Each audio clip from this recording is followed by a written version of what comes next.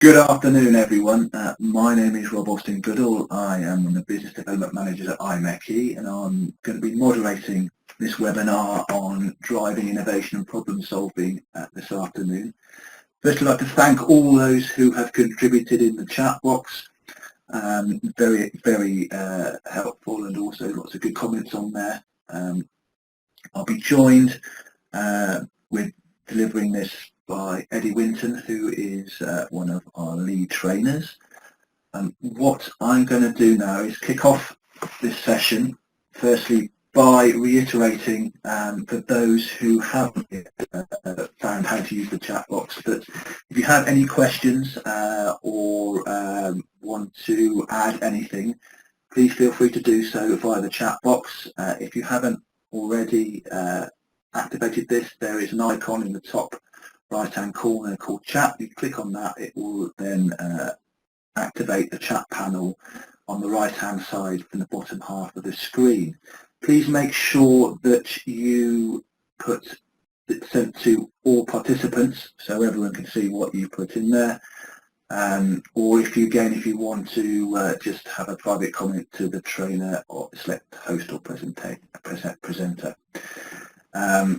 If you have any technical questions or problems, again, please put them in the chat box, and we should be able to help you out in that respect. What I'm going to do, just to give a couple of minutes for any stragglers to turn up, is set a, there we go, just firstly there's a picture of Eddie and myself, if you wanted to know who we are. Here is a little problem to kick the session off. We'll give you a couple of minutes to do this. Once that time is up, Eddie will then carry on the session. Again, if you can put your answers in the chat box or any questions, then you're more than welcome. And I'll leave you to get on with the problem. Good afternoon, everyone. This is Eddie Winton. As Rob has briefly said earlier, I am one of the principal training consultants here in the IMechE. And it's really nice to be with you today, and actually to see the numbers of you that are have joined us for this particular 1-hour webinar. And indeed, I can also see that one or two of you were very quick on the trigger for solving the puzzle. I think there's no prize, but merit goes to David Glanville, who was first to key the correct answer in, followed fairly quickly by Brett. Sorry, Brett, I don't quite have the surname there. So well done to both of you. Interesting that one or two people then commented how simple it was once you saw the answer. And I guess that's quite often the case. I've drawn a very simple, for those of you who were maybe thinking, crikey, what is it? That's my fairly poor drawing of the answer for you, because I think just saying it's back-to-back number 6 is probably okay, though. And I think what this puzzle says to me is sometimes it's all about perception and perspective, and if you look at something that's fairly common in a little bit of a different way, then it might make quite a difference in relation to it. And I think certainly as I consider innovation, that is one of the things that comes to my mind. So I just want to start off by quickly showing you what do we have before us in the time available today. And of course we don't have a huge amount of time. There's so many things I would have liked to get through with you, but you can see from our agenda on screen that I'm going to very quickly, and indeed we've almost completely done that, talk about the introductions and objectives. I then want to just make sure that we're all seeing it in the same way, i.e. When we say creativity, when we say innovation, we're actually talking about the same thing. From that, I just want to spend a few minutes thinking about, well, how does the brain work? Not in any great detail, of course, but I think it's useful to have a couple of pointers, because they can certainly help us in relation to how we make the most of that rather fabulous instrument that is called our brain. And in doing so, and as we go through the session, I think just without focusing on it specifically, we will perhaps see that the fairly loose technique of brainstorming is one that we can improve upon. And to that end, there are a number of creative tools, and I'm going to focus on a couple of those during the session, just that might be useful. And then towards the end, I want to finish off thinking about a particular process of innovation that some of you may have come across, but I think will also prove interesting and useful for you. Now, of course, Rob has already said if you do have any questions, by all means, type them into the chat box. We'll try and monitor that, and Rob will particularly do that for me. I will also try and make a little bit of time at the end for questions as well. And when I was sort of drawing up this this webinar and thinking what to cover, two things kept surfacing. One was minimizing obstacles to innovation and creativity, and the other was maximizing creative output, both of yourself and of others. Those were sort of constantly in my head. But as I say, maybe we need to be clear about when we say each of those terms, what do we actually mean? So creativity, I'm going to describe that as a behavior. So it's sort of a behavior that generates ideas, alternatives, new ways of doing things, looking at things, etc. I'm going to define innovation as more of a process. And maybe that appeals more to the engineering mindset, the thought of processes. We tend to be keen on those. And the process there incorporates the behavior of creativity. That is certainly part of it, but only part of it. Because having great ideas is one thing, as some of you have indicated in the comments that you've already made. Putting them into practice, carrying them out is often something else, and quite often that something else is impacted by resistance from other people as well. The other thing I just wanted to mention was, quite often people look to be creative when there's a problem, and there's absolutely nothing wrong with that, but I think we also need to make sure that we are looking for opportunities to be creative just to shake up the status quo, even if there isn't a problem, so that we feel that we're maybe a little bit more radical in that regard. Now, when you do any sort of research at all into problem solving and particularly innovation, you tend to find that there are all sorts of processes that are out there. And to my mind, they can be simplified into the three elements that I'm currently showing on the slide. So the first element is being really clear about the focus on what is it that you're looking to work on, whether that be a problem or just something that already exists that you perhaps want to change and improve. The second is, for me, the real engine of the thing, and that is ideas generation, creativity. And the third is evaluation stroke implementation, sort of, shall we say, thinning out a number of ideas into one or two or three that are a little bit more practical and you can actually do something with. Now, as I said today a moment ago, we'll consider some creative tools and one particular innovation approach. However, before we do that, and thinking about those two themes I mentioned earlier of minimizing obstacles and maximizing creative output, I wanted just to consider for a moment some of the things that get in the way. It was quite interesting. Very early on, one of the comments that I had in the chat box was resistance, because people said, well, it's always been done like that. So they, as a consequence, they weren't keen to change.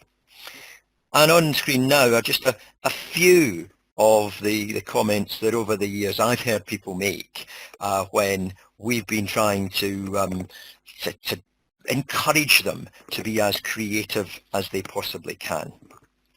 I'm not going to read them out. You can read them on screen much easier and much more quickly than I might do. But I suspect many of you will have heard these or similar comments. And I think it's particularly interesting that you know, the last one about I don't know any enough techniques, because today we're going to I think probably just whet your appetite in terms of some of the things that are out there and available that you can enlist and make use of. But the good news in one sense about these blockers or inhibitors, as I'm calling them, is that they're quite conscious, and therefore people are aware of them because they're making the statement. We're aware of them because people are making such statements. And in a strange way, that almost makes them a little bit easier to overcome. And what I really mean by that is, some of you will know of a work by Daniel Kahneman in a book called Thinking Fast, Thinking Slow. And Kahneman talks about the brain, and particularly about thinking, and identifies two types of thinking, unconscious and conscious. And he labels those two System 1 and System 2. So System 1 being unconscious, System 2 being conscious. And the thing is, he says, well, System 2, our conscious, rational brain, so that's when we're aware of thinking, it's probably System 2, or indeed it is System 2 that we're using. However, System 1 normally arrives at the answer first, and System 1 is our evolved survival brain. Perhaps some people would call it the reptilian brain, and it operates unconsciously and automatically, and on a basis of pattern recognition, linking new information to past memories of reward and threat. And of course, System 1 is very much the source of intuition and gut feelings. So I'm suggesting to you that the blockers and inhibitors, the sort of things that are appearing on screen at the moment, are System 2 and are a little bit easier because we're conscious of them. But because all the information that is received by the brain passes first through System 1, the unconscious, and it's checked there for threat or reward against stored memories, then and unconscious thoughts are happening quicker, they tend to set the direction of thinking.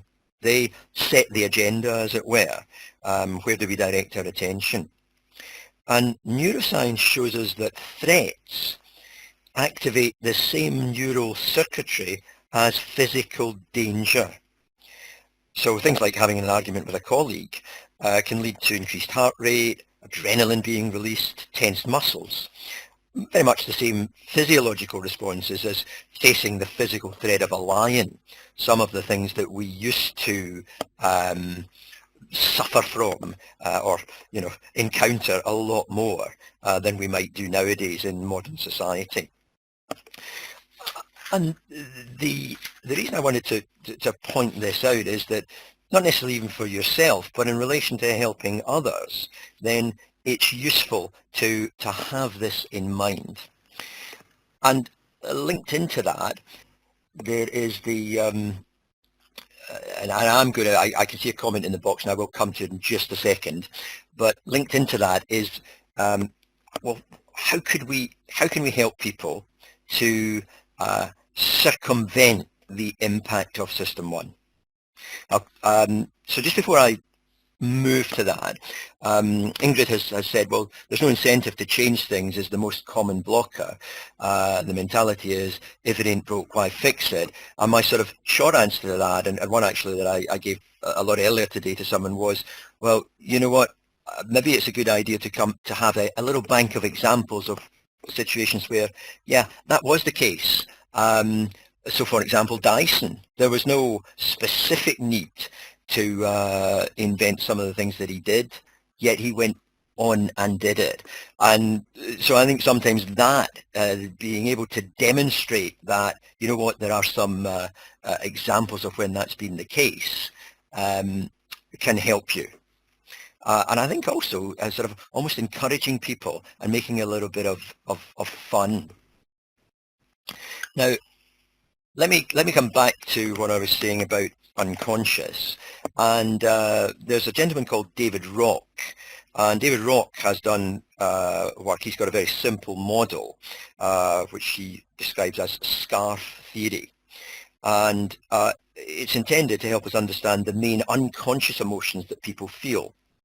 And so it stands for status. So people want to, they're questioning, am I respected? Do I receive appropriate recognition? Certainty is about, well, what do I know about potential future threats and rewards? How can I become more certain? Autonomy is the degree of control that people feel they have to what actually happens to them and what they can achieve. And interestingly, when you think about change generally, change often happens to people. And when we work with people on change management, we often say, look, try to find small things that the people can have control of, because that will make them a little bit more open to change. The final two elements in SCARF, relatedness, so do other people care about my feelings? Will they protect and support me? And finally, fairness, well, is what's being suggested right? Is it consistent with my values? And these are some of the triggers that I think it's useful to be aware of, that David Rock talks about and has done work on. So for example, we might say an innocent statement like, hey, you know what, I'd really value your opinion. And that in one sense sets the right tone on that almost subconscious level for somebody to feel, hey, you know what, maybe I am going to try and come up with a new idea or a suggestion. Autonomy, we might be saying things like, well, you know what, it's your call. I want to share my thoughts, and I hope you'll take some of them on board. However, I really want to incorporate what you feel about it. So there's lots of small ways that you can try and help set the scene in terms of people's creativity. And, I think delving into that can sometimes be useful for you. Now, in a sense, what we've been thinking about so far is, well, how do we deal with minimizing obstacles in some way? But what about maximizing creative output? And I'd like to start by actually having a little poll. It'd be really interesting to see, where do you personally get your best ideas? So in a second, you are going to see a poll appear on screen, and it will have a number of options for you to choose from. And I would like you simply to pick and indicate, well, which of the options are you most likely to use? So I know it's not a perfect answer, but which of the options are you most likely to use? And thank you, Matthew, who's already actually answered in the chat box. But here comes the poll now. So you've got about 30 seconds or so to tick one of the radio buttons, and then after we've done that, we'll see how you get on with that. And just to come back to Joseph's comment, he said change is probably the fear in people's heart. I think it is. There's quite an element of that, Joseph, and maybe one of the things is to be encouraging them to understand that change is not necessarily bad. And as I say, I think the best way to do that is to build up as many bits of evidence as you can. Thank you to those people who are, I think, putting into the chat box some of their responses. Much appreciated. And I'm hoping you can now see the poll result in front of you. And overall, hesitate to call it the winner, but talking with colleagues is the one that received most votes, followed by in the middle of the night. So that's interesting, because that's probably the one I would have gone for. And also featuring quite strongly in the shower, when driving, although hopefully you're still concentrating on the road, and while exercising. So some interesting results from you there, and not surprisingly, a range of what people are saying may be the most effective for them. I mean, that's all well and good, but of course, sometimes the ideas just come to you, and you're not really in a position to do much with them. And sometimes it's a little disorganized, and you know, brainstorming is a little bit like that. So I think we need to try and be that little bit more organized. And I think it starts, if you recall my earlier slide, if I just call that back up for a moment, about the three elements, and I put down number one, focus, problem definition, then I think the key thing there is the wording, or how you actually define it. And on screen at the moment, I've just put a few definitions as starting points that people might have around problems or issues that they have. And each of those, I feel, is just a little negative in relation to it. And I was thinking about these earlier and thinking, well, how could you reword them? Because that's maybe the starting point, making sure that what you're focusing on starts on a positive. So perhaps we'd change that first one to making the company a recruitment magnet rather than what's on screen. Maybe the second one would be speeding turnaround. Number three might change to creating world-class quality. Perhaps number four would be harnessing conflict. And my favourite one, the last one there, countering the negative image of HR department, maybe that would change to shining a light on HR. Hopefully you can see what I'm getting at here, that a careful choice of what is it that we're setting out as the issue that we want to tackle is really important to making the sort of ideas and solutions that potentially come from it as productive and as valuable as possible. And we're, as we've seen, for our subconscious mind probably goes to the negative more quickly than it goes to the positive. So we need to make sure that we start from a positive standpoint. And if you think about mind maps, and I know a lot of you will have come across mind maps, that in a sense demonstrates how our brains think. We don't think in bullet lists and all the rest of it. We tend to think in a fairly associative way. So you could say that mind maps are one of the very simple tools that you might use to create ideas. And indeed, the mind map that I'm showing you at the moment was one that I used a little while ago in relation to innovation and creativity, just to try and get some ideas and thoughts about, well, what might be included in a workshop of that particular topic. So if you were to go and read all of this, you would find we're not going to be covering anything like all of it today, because of course we only have a limited time in front of us. So mind mapping, probably the simplest, best known creativity tool. But I wanted to let you see another couple of tools, and the first one I wanted to start with is actually one that was developed by a creative consultancy in London, and they go by the name of What If. And if you're interested, there is a really good book by these guys called Sticky Wisdom, and they talk about many techniques, and one of those techniques is related worlds. And related worlds is quite simple.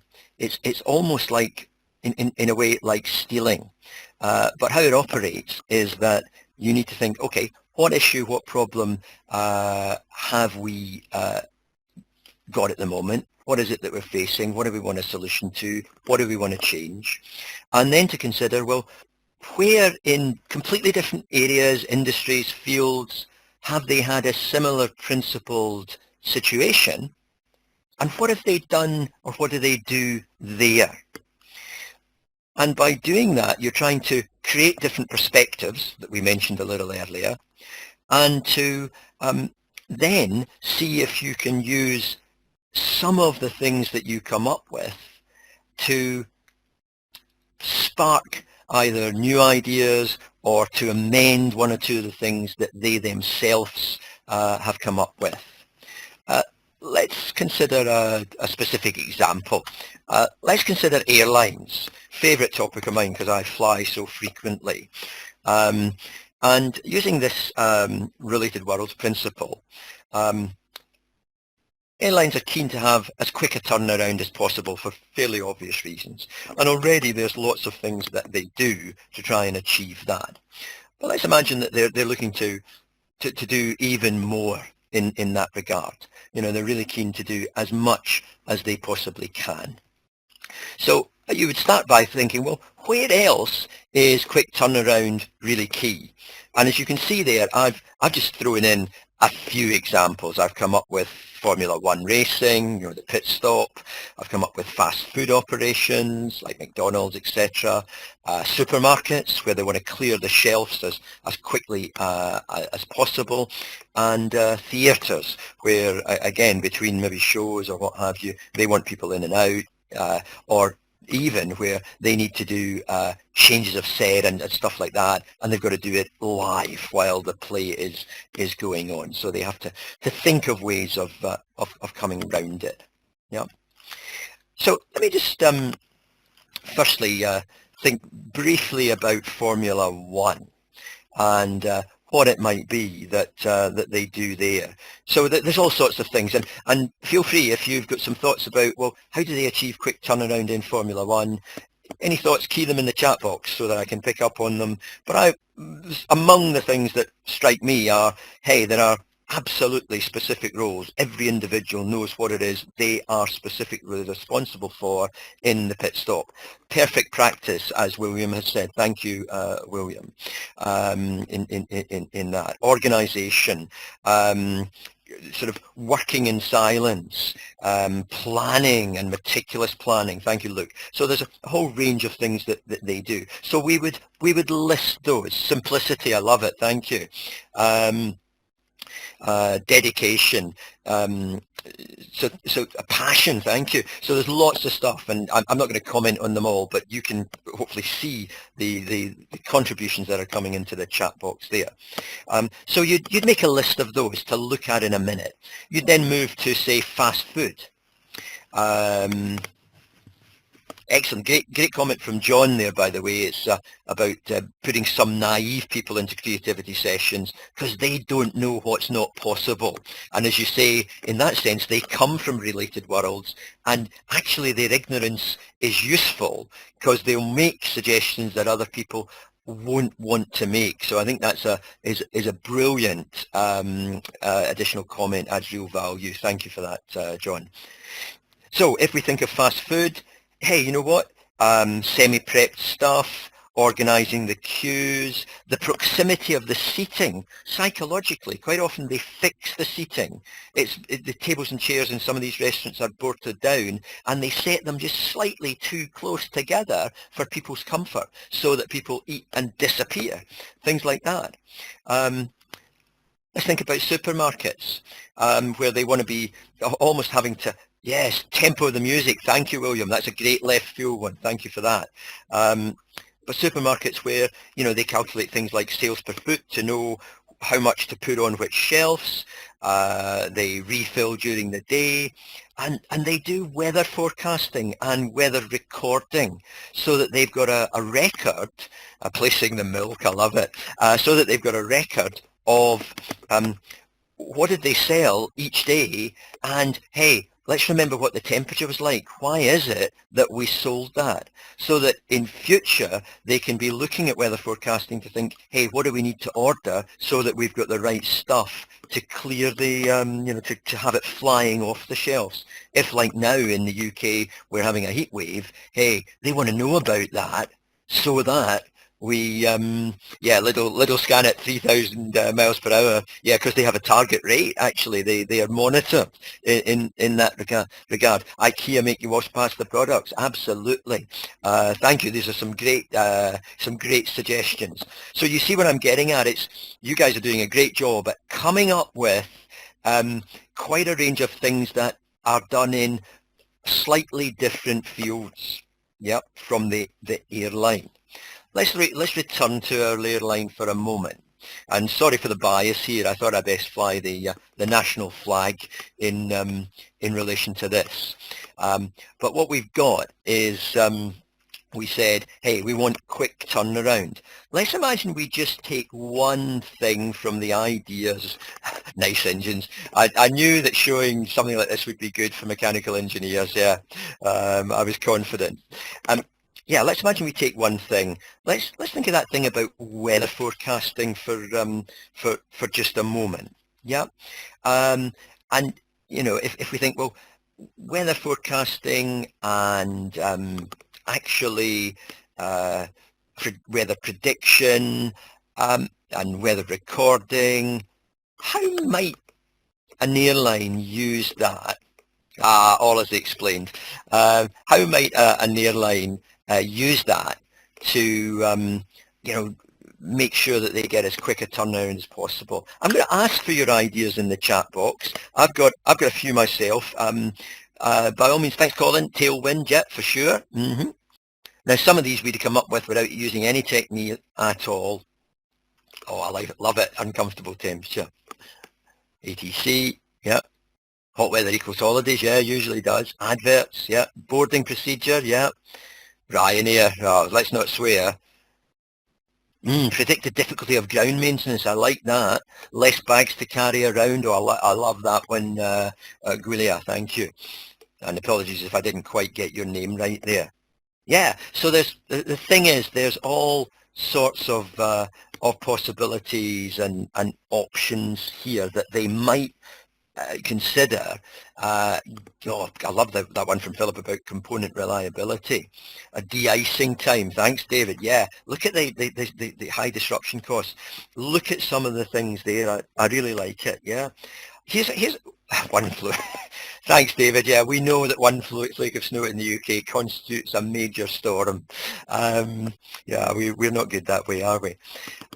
Here's one or two of the ideas I had, just a couple that when I used this technique on this issue that came to my mind. Number one was, I had this idea of, well, you know what, if you know what the weather's going to be like, quite often I get a text from British Air or whoever I'm flying with the day before, and it just sort of tells me, you know, looking forward to seeing you on the flight. I've never had a text which has said to me, you know what, the weather conditions that are predicted for tomorrow are heavy rain. Might be a good idea to make sure you left a little bit more time to get to the airport. Strikes me that there's something that is technologically feasible and nobody's doing. Really simple idea that wouldn't really cost them anything, could be perhaps tried out. Another one, and I'm thinking now particularly of Ryanair and some of the low-cost airlines, where to get on board, often you've got to walk across the tarmac. And usually what that means is that people are wet, and when they get to the plane, there's more kerfuffle and there's more carry-on about getting their stuff off and packing it away and the delay that causes. And it struck me that, remember the Romans used to use their shields to when they were attacking somewhere? And I do take your point, Steve. They do depend on some missed passengers for standbys. But remember what we're good at. We're always good at being inventive about reasons why not. But thank you, Brian, talking about loading passengers in multiple doors. Maybe that's something they should consider. I was thinking, hey, a bit like the Roman tortoise, maybe they should have little perspex wheeled shelters that a dozen or 20 people could walk together over, keep out of the rain, and actually already have their coats off ready to board. So as they went on board, they could pack more easily. And thank you for all the suggestions that are going in. But it's difficult here because we're having to do this in a large group rather than a small group and really get to grips with the technique. But I think, hey, maybe we've done enough of it to let you see how it might operate, this idea of related worlds. Let me move on to a second, a little bit different technique, and this one comes from a gentleman that many of you may have heard of, and that is Edward de Bono. He's a world-renowned sort of expert on innovation and creativity, and he's worked with a whole range of top-quality companies over the last decades. And he has a technique which actually is really good from the point of view of thinking about processes. And his technique is called escape, a little bit like our goldfinch friend there. And escape is all about looking at a process, removing something in it that we normally take for granted, and then from that starting point considering, okay, so how could we still get it to work? So for example, and this is my favorite example for this, I think, consider restaurants. And the normal course of events in restaurants is that in the restaurant you pay for your meal. That's part of the process. So let's imagine we take that out of the equation and we start from a premise that says, in this restaurant, you don't pay for the food. So starting from that premise, how's the restaurant going to operate? Because it's still got to be commercially successful. So I'm going to ask you, and thank you to those people, Brian and JAS, who have already keyed some things in, and to Robert. Let's see what we get. There's some really good ideas coming in already. Pay for a seat, pay for the service, pay an entrance fee, flat rate. Thank you. Pay by the hour. Oh, I like that idea, Ben. So I think that came from Ben, and Pete also saying something like pay from time. Oh, sorry, pay for the hour was Andrew. Sorry, Andrew. I'm crediting the wrong individual. But yeah, I really like that. Hey, maybe you pay for the number of waiters that you get. Maybe you pay for where your table is. So if you have a really great table, near a window, fabulous table, brilliant, or perhaps you get the table next to the gents' toilets, and I suspect none of us would actually want that. I like Brett's idea about paying for cutlery as well. Hey, so I get a warm feeling seeing the some of the responses that are coming up from everybody at the moment. And sorry that I've not commented on all of them, but we have so many that it's actually difficult to see them all as they're actually coming in. But certainly there are a massive pay for parking, like that one too, Graham. Yeah, especially if you walk there, you can probably get round having to pay at all. But I think you see the principle that is involved there. It's a very simple one, but one that can be used really effectively. I've just got a little message telling me that I can't be heard. Let me just double check. I'm going to ask Rob just to confirm that he can still hear me in the chat box. Fine. Most others can, so I think it must be a very localized problem. Okay, thank you for those who are responding. For a minute there, I thought I might have been speaking into the ether. I'd disappeared without trace. So those are just a couple of techniques. That first one being related worlds, the second being escape. And I'd love to sort of share some more with you, but unfortunately time doesn't really allow for that in the present circumstance. I do want to move on because I said we would look at an innovation process, because remember, the creativity part, generating ideas, is really important, but it is only one part of even the simple three-step process that I demonstrated a little earlier.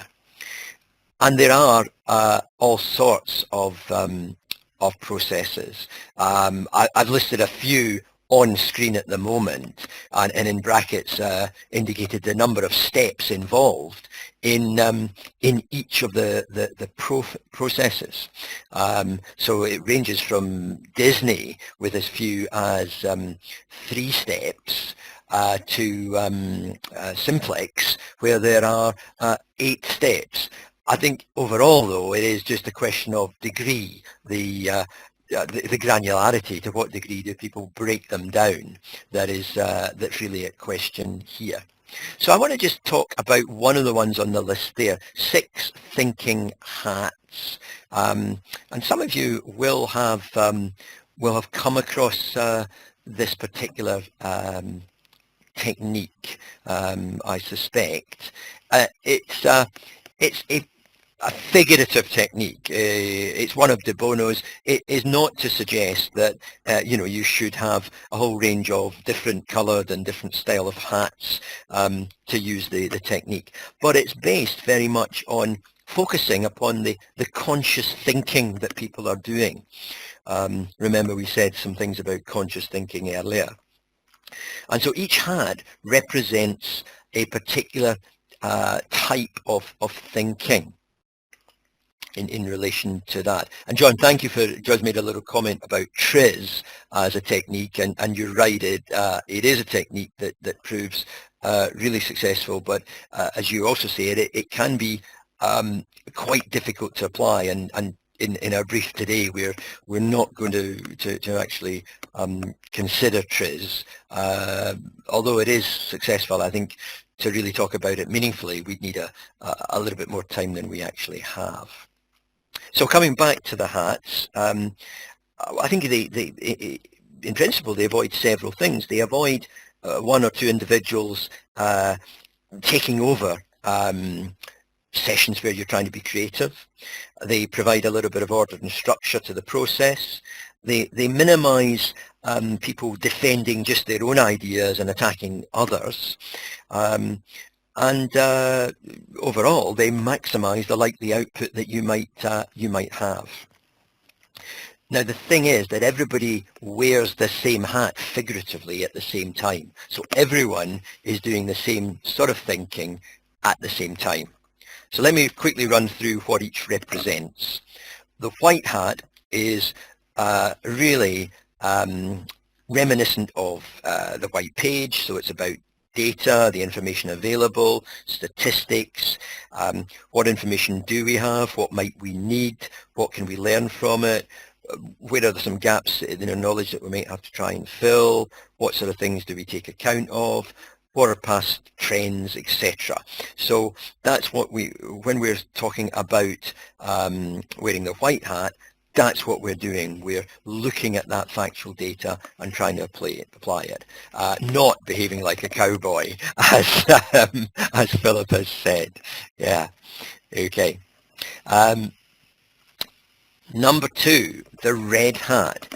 And the red hat, well, I guess that nods in the direction, if you'll pardon the pun, of system 1 thinking, i.e. intuition.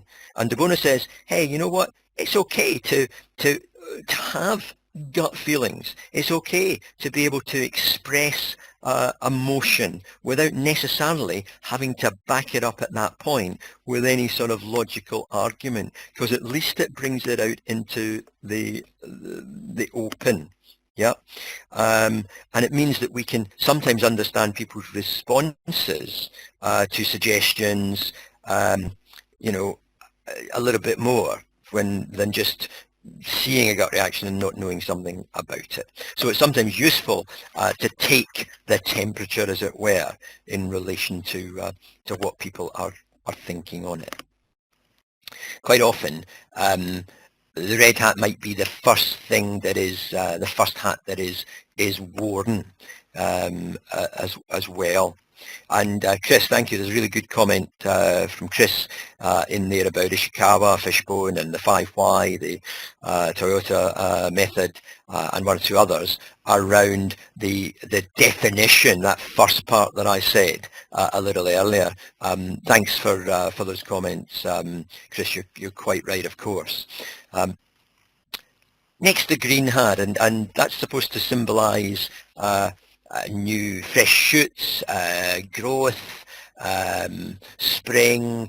So essentially you're talking there about new ideas, alternatives, options, different ways of doing things. So when everyone has that hat on, that is the point at which, in fact, what we're trying to do is to use possibly some of the techniques, maybe escape, maybe random entry, maybe related worlds, maybe revolution, maybe exaggeration. There's all sorts of different techniques that could be used, perhaps even just mind maps, but that is what you'd be doing. You'd be using one or two of the tools when you had the green hat on to try and come up with as many ideas as possible in, you know, a relatively short time. And of course, we would apply, even although we're saying we're using something a little bit more organized than just simple brainstorming, you would apply the key brainstorming rule, which is that, hey, we make no comment at this point about any of the ideas. Every comment is encouraged because, of course, if we make a comment, then thinking back to SCARF, that comment where we can think of yeah, we thought of that a while ago and it didn't work then, or, well, you know what, I'm not sure that's all that practical at the moment, or it would cost too much money, etc., etc. But every comment like that is, if you like, attacking the system one and leading people to probably react in a way that is not conducive to them continuing to come up with ideas. Great question from Brian about, do you have to wear the hats in a certain order? De Bono would say to you, you know what, when you get used to operating with the principle of them, you can use them in any order. I would tend to suggest to people that certainly there's a mini order that you should at least be using at first, and that is green hat, yellow hat, black hat. Come back to that in a moment because I haven't explained what the black hat is, or indeed the yellow hat. So let us cover those two now. So the yellow hat is what I describe as optimistic response, and the yellow hat essentially is thinking positively. So it's looking at the ideas that have come out from the green hat stage and seeing what might be some of the good things about it. So we're trying to build them up a little bit. We're trying to make them robust. If you consider the plant analogy, when you've got a very, very new plant that started growing from seed, then you don't just necessarily put it out in the harsh environment outside and subject it to all the pitfalls that entails. You know, all the why nots, if we put it that way. You try and nourish it and build it up first so that it's got a chance of surviving when it goes out into the harsher environment. And that's what the yellow hat is about. It's about looking for some of the advantages, some of the positives in relation to some of the ideas. And that's why I say do green, then do yellow to build them up. Then, because everybody's good at this next one, put the black hat on. And the black hat is supposed to symbolize the judges' black robes, and we're all really good at coming up with very inventive reasons why something won't necessarily work. So black hat it's about logic, it's about spotting flaws, it's about being thorough. As engineers, hey, you know what, we're particularly good at that. Particularly good at, you know, that sort of thorough, you know, really drilling in. But the point here is we're doing it at an appropriate juncture rather than doing it just too early and killing off an idea before it's had a chance. So that was why I was saying, yeah, there probably is a bit of an order. Yeah, thanks for that comment, Matthew. Yeah, so you got to try and avoid that if you can. And now we come to the final hat, the blue hat, and in a sense that's it's slightly different. The blue hat is, if you like, is about process control.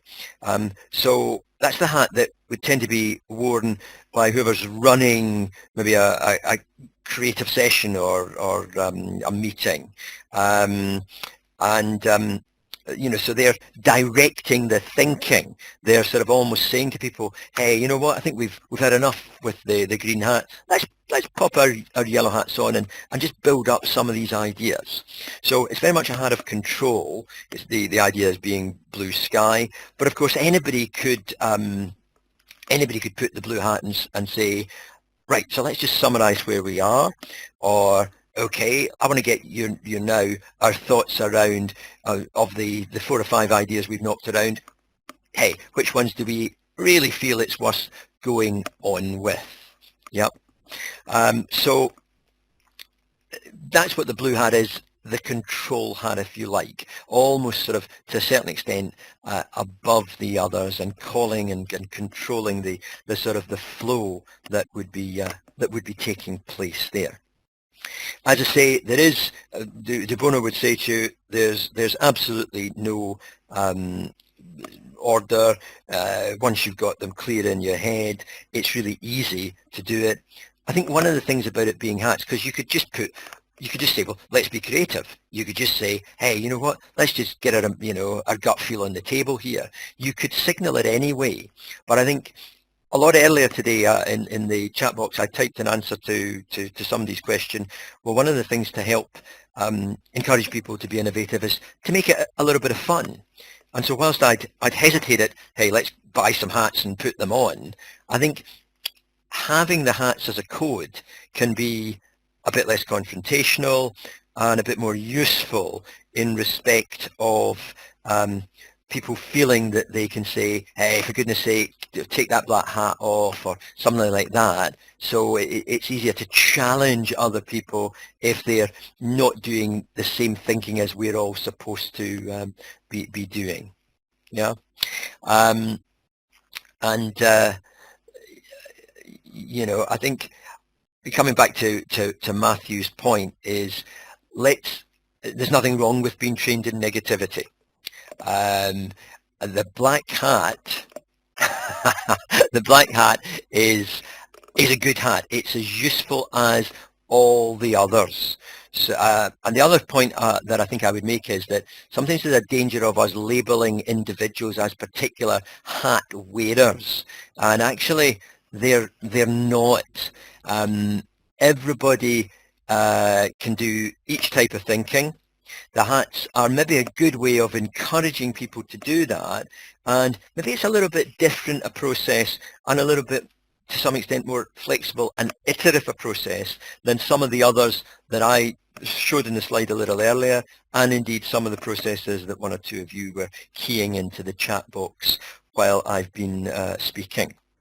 And you'll note that today we haven't talked about some of the tools and techniques that I suspect you're already using, the 5 whys, the Ishikawas, the force field, Catwo. There's a whole range of other tools that I suspect are a little bit more familiar to you perhaps than some of the things that we have looked at. But that was deliberate. I wanted to make sure that we covered that sort of thing. So let me just try and summarize, I think, what we've talked about today. I said right at the very beginning that it's important to be trying to minimize obstacles and maximize outputs, and hopefully in what really is a very short session on this topic. It's a massive topic. Some of the things that I've just noted here in the summary will help towards that. So first one there, hey, get the right setting for optimum creativity. Think about system 1, system 2, and the way people operate and the sort of reactions they might have, and seek to try and minimize the resistance and to maximize involvement. Be clear about whatever the innovation process you are going to use actually is. I think transparency is really important.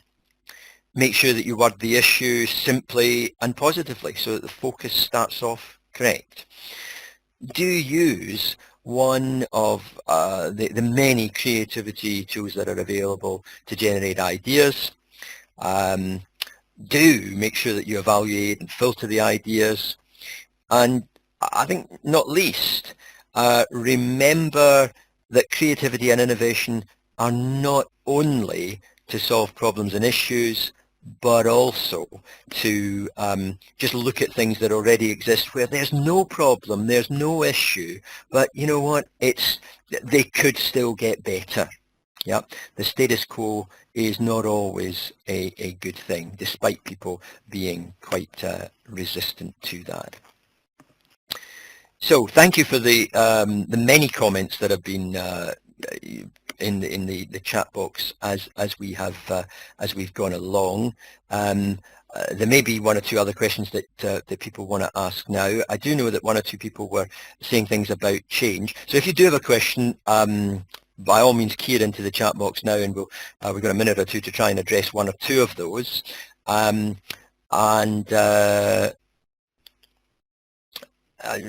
that's a good point. I think the 5 whys I would suggest is more suited at sometimes, hey, addressing, well, what is the issue that we want to then have creative ideas around, yeah, rather than anything else.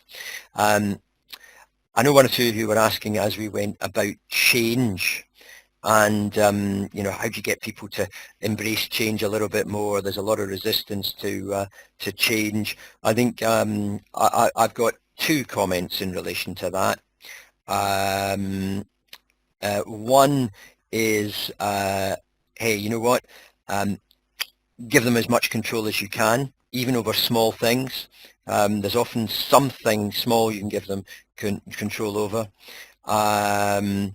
And the second point I would make is, hey, be aware of, you know, accept that people get emotional about it and go through a whole process of feelings, and you've got to help them work their way through that. And you've got to actually welcome objections. And that's a great comment made by Naomi there about, you know, we have an innovation department, so we tend to look for them rather than thinking everyone has the freedom to be innovative. And I think in a way, you're almost, you know, if you just leave it to them, you are missing a trick. Okay, Rob and I are going to stay on once we formally end the session, just to make, in case there are one or two other questions that come in. But for now, I'm going to hand over to Rob. Thank you, Eddie. Thank you for your time, and thank you for all those who have attended this webinar. We have the next webinar is on the 21st September at the same time, which is effective asset and maintenance management. If you'd like to register for that, go to the website and do the same way you registered for this webinar. Further to that, we have a number of courses coming up. So there is an innovation and problem solving course that we're running in Sheffield towards the end of October, and then there is a commercialised innovation and a TRIZ course running again available on Crestham in December. And just for everyone to be aware, as well as our public programme, we can deliver these training courses and this content in company on site for you, and we can customise it as much or as little as you need to be running it on site. Again, I'd very much like to thank you all for the time and effort you've spent listening to Eddie, and I hope it's helped you and informed you. By all means, as I said, Eddie and I will be on the line for the next sort of 5 or 10 minutes or so if you have any additional comments. The recording will be available via our LMS. Caroline has thankfully put the link in the chat box a couple of minutes ago.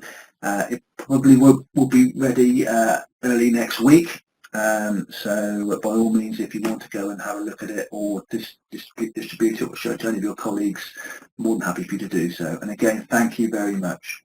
I'll hand you back to Eddie. Thanks, Rob. And Andrew has popped a question, and I see about the company you work for trying to change culture, but haven't really stated, well, how they want to change and what changing culture means. And so to an extent, I think, yes, my last two observations about change touches on that a little. But I think it strikes me that if it was me, I'd be going back and saying something like, you know what, I'm really keen on this change thing, but what would help me would to have a little bit of a steer around what vision you've got about it. When you say changing culture, what do you think our culture now is, and how would you even just try to sum up what the culture you want us to move to is? Because I think if they were to do that, that gets them starting to do that very first thing I mentioned about focusing, helping you and everyone else understand, well, here's where we're trying to go. Because at least once you know that, you may be in a better position to start asking people for their ideas around the, whatever change it is that that they're looking to do. And so it perhaps what your company needs to do, if they're not clear, is to generally go out to people and say, hey, we welcome your input around what do you think our culture should actually be. It strikes me that that would be a great way of kicking the thing off. And even if the final definition didn't match exactly what everyone else said, at least people have had a little bit of control because they've been asked to make comment, and some sort of attention has been paid to them. So not by any means a complete answer, but hopefully gives one or two things. So James has asked a question about the two types of thinking, System 1 and System 2. This concept about the two systems, or expressed in that way, comes from a guy called Daniel Kahneman, and the work that it's best to go to for that is Thinking Fast, Thinking Slow, a really interesting book where he describes it in much more detail. But what he's saying is that System 1 is our unconscious thinking, and System 2 is our conscious thinking. And the problem is that quite often System 1 works automatically, and if you don't do some things to try and stop it getting in the way, innovation doesn't happen. So that was the point about System 1 and System 2 thinking. And a good comment by Dave about the difficulty of implementing the change. You need a group of people, really, as you rightly say, to encourage the change through, rather than just even one or two people. And probably you need someone who actually was critical about the change, because they will have more credibility if they've then started to embrace it. So there's a good question there, just coming from Matthew, saying, well, you can imagine certain people being cynical with a name process. You're the guy on the ground. If you genuinely feel that would be the case, and I've known people like that for sure, then I think I would still name it. I think I would name it. I would tend to say to them, look, the whole point of wanting to work with this with you is to help all of us become even more creative than we might already be, and to get a bit more enjoyment that we might already do out of trying to come up with ideas. So I think trying to introduce it by stealth is tempting, but is probably a course to be avoided, because sometimes people then see through it and then they just start not to trust you. I think it's better to be upfront, but to sell the benefit and to speak enthusiastically about it. No problem, Matthew. Pleasure. And I think a moment ago we've mentioned page tagger, but actually you need to log on to the LMS instead if you wanted to get a hold of the recording and Eddie, what have you. Yeah. Yeah, that's to register for the upcoming webinar. So there was Thanks. a link on the penultimate but one slide for when I'm talking about coming up to the next training webinar. The best way to do that is go through the website to register that. The link on there wasn't working. Perfect. Thanks, thanks, Rob. Okay. And for those who would like to get the recording of this webinar, again, that will be available via the LMS. The link has just been put in the chat box there, and that should be available early next week. Brilliant. Thanks very much for that, Rob. Okay. Just Robert's had a question there. So our learning management system is open to all. If you click on the link and you're not registered, don't have a username and password, you can register. That will then allow you to go in and access all of the previous webinars that we've created over the number of years we've been now doing this. So yeah, if you go on there and click on register, you can then create your username and password in that way.